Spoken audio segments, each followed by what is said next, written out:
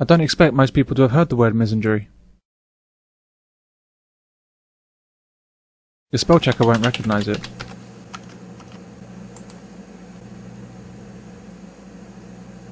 The word misogyny, on the other hand, is very well known. Misandry does exist, however, and is there to be seen in media output, in the workplace, in education, in fact, in most areas of life in the Western world. Misandry tells us that men do very bad things, and they do them all the time. They rape women, they molest children, they beat their wives, they sexually harass their colleagues, they're deadbeat dads, they start wars, they can't communicate, they're controlling, they smell, they're hairy, and they don't wash. So who are these men that the media keeps informing me about? I heard they kidnap little children and drink their blood from little plastic cups that they make themselves from detergent bottles. Real live men are nothing like the depiction routinely broadcast on our televisions day after day. I mean, let's be clear here, when I'm at the cash point, I'm looking over my shoulder for men, not women. But the fact remains that the bad that men do pales in comparison with the greatness of men.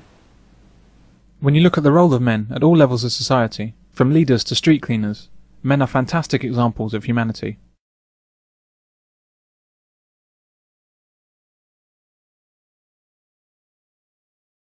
Misandry exists as a direct product of feminism. The hatred of men serves a purpose for government, charities, and large-scale businesses. The endless prevalence of anti-male propaganda serves a dual purpose. It's done primarily to turn women against men. But it's also about turning men against themselves, and getting men to think the worst of themselves. It's about creating guilt.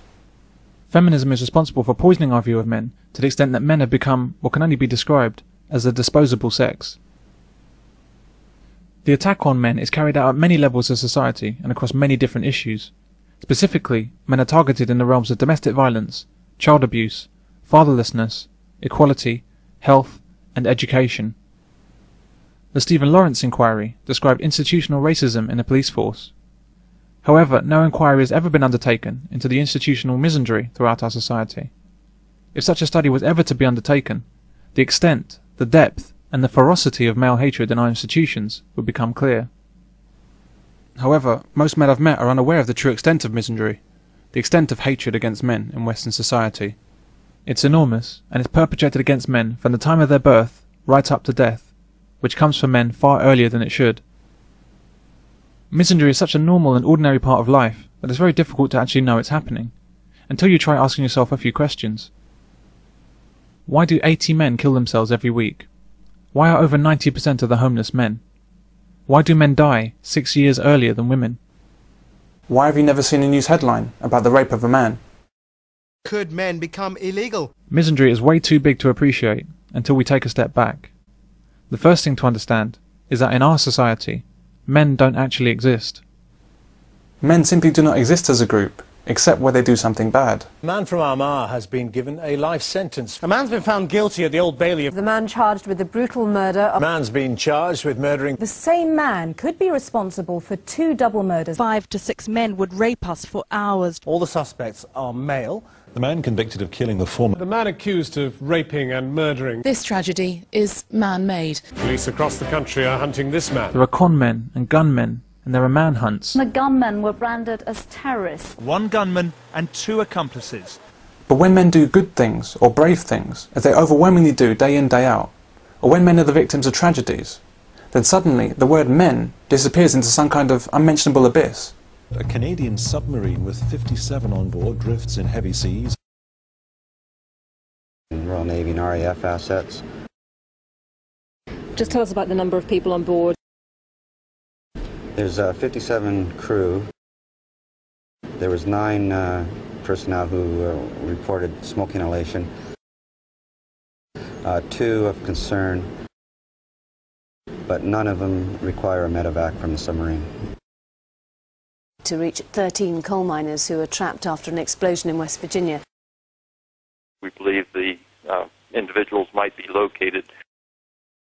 People die on roadworks simply because they're trying to mend our roads and make them better for us.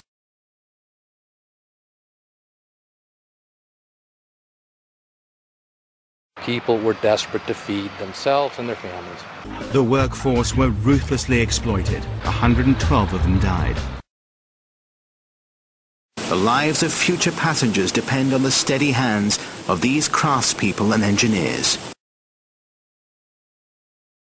Two firefighters have died after a blaze in East London. The pair were on the top floor of the building. 4 RAF crew are feared dead. None of the crew members have been found. 5 soldiers were killed. 4 bodies have been found near. Contact with the crew was lost. 5 members of the regiment were killed. 3 US soldiers died there today, but 9 others have been killed. The soldier was airlifted to Baghdad for treatment.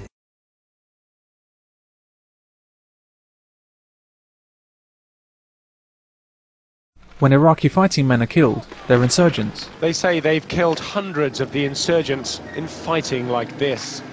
When they kidnap a woman, they're men. Mrs. Hassan was kidnapped by armed men who stopped her car. The deaths of men are deliberately suppressed behind their job titles and gender-neutral labels. Men are reduced from human beings to human doings.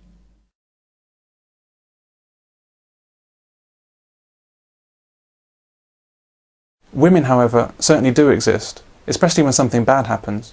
Indeed, tragedies are somehow more tragic when women are affected. 3 students and a female officer among the dead. Many of those who died were passers-by, including 7 women. Hundreds of thousands, mostly women and children, are living in camps with little food and clean water. Hospital officials said women and children are among the dead. BBC has evidence of police attacking women and children. An entire trench was filled with women and children. Mostly women and children. At the roadside we saw women and children. They're being forced to flee. While the women are forced to flee, the men are forced to die. But we hear nothing about that.